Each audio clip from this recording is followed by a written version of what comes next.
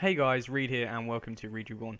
Today is a bit of a different video. I'm not doing a guide or anything, but for those regular Realm Reborn players, you'll know that patch 2.51 came out yesterday and brought us the Mandeville Gold Saucer. And I thought for today's video, I'm just gonna run around and check out everything that's in here. This is morely for the people that haven't managed to log on since the new patch, but I'm just gonna speak to all the different people and then check out sort of like the mini games and the events such as Triad and Chocobo racing.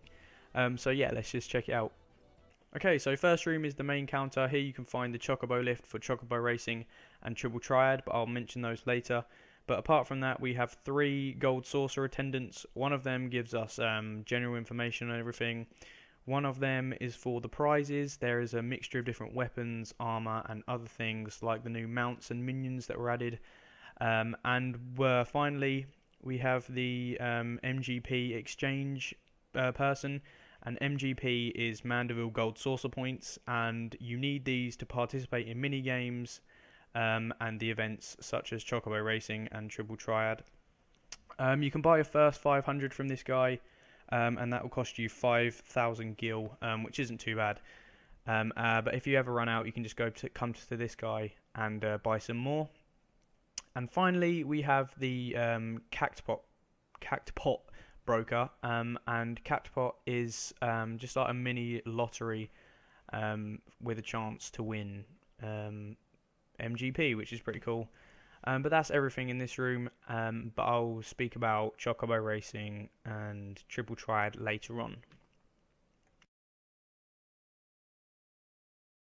Okay, so moving on to the second room, this is just outside of the main counter and then left. There's a nice rock in the middle, but there's no one else to speak to here apart from the gatekeeper.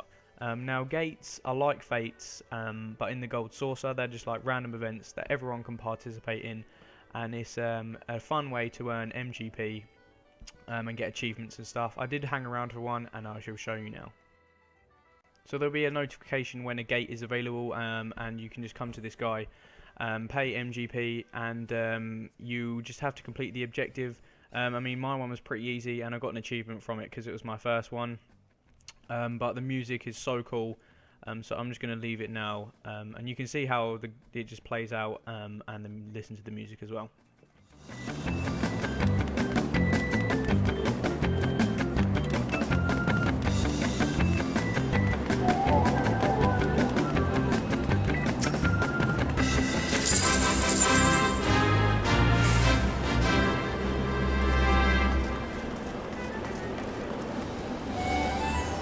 Hope you enjoyed that.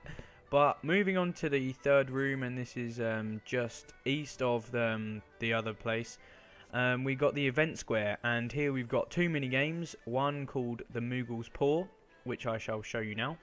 This is just like a grabber at like your regular arcade.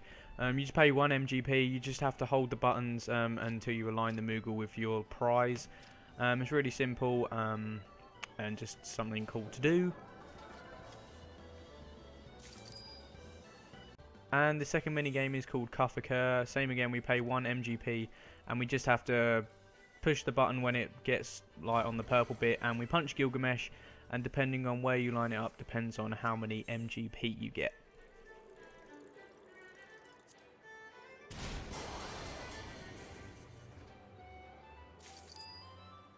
Okay, so the final thing in the event square is the Jumbo Cactpot. This is a huge lottery just to win big MGP.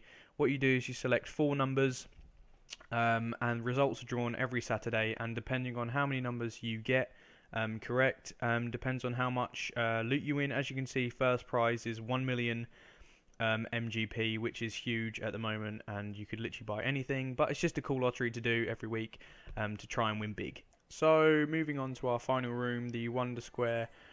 This room only has 2 mini games. The Monster Toss. This is just like the others. You pay 1 MGP to play, and you just got to hit the button when the bar gets to the pink bit, and you throw the ball into the hoop, and depending on how many you get in the 30 seconds depends on how many MGP you get.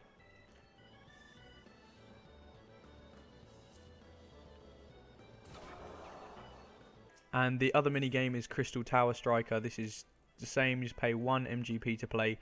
and you just got to hit the button when the bar gets to the right near the end, so you can get the max score and earn as many points as possible. The final part of this room is just upstairs. It's called the Mandeville Lounge. There's no one to speak to here or nothing to do. There's just a lovely golden statue of Hildebrand looking sharp. Okay, so now we've had a look around all the rooms, I'm going to show you the 2 extra light event things. And the first one is Chocobo Racing. So if you head to the main counter and you speak to the lift operator just on the side, and you head to the Chocobo Square, where you can start the quest to register yourself as a jockey and get yourself a Chocobo. All you have to do is go to Bent Branch and speak to someone, and then they'll send you back, so it's really quick.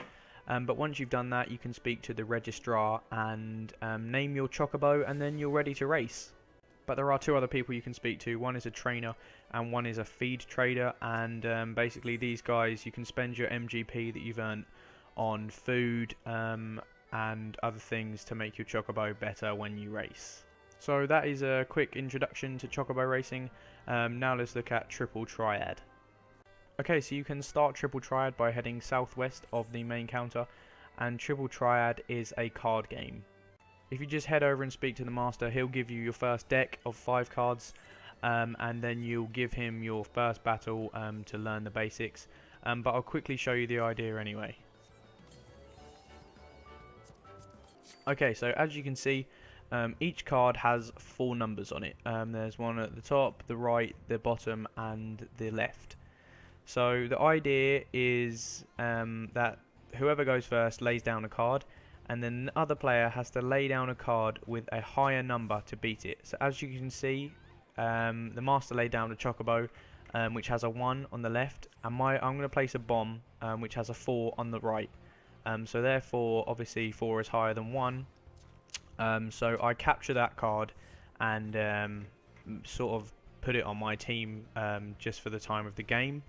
And whoever has the highest number of captured cards by the time everyone's used all their cards wins. So as you can see, he just took my bomb back from me, but then I'll put my Mandragora and then I make that mine.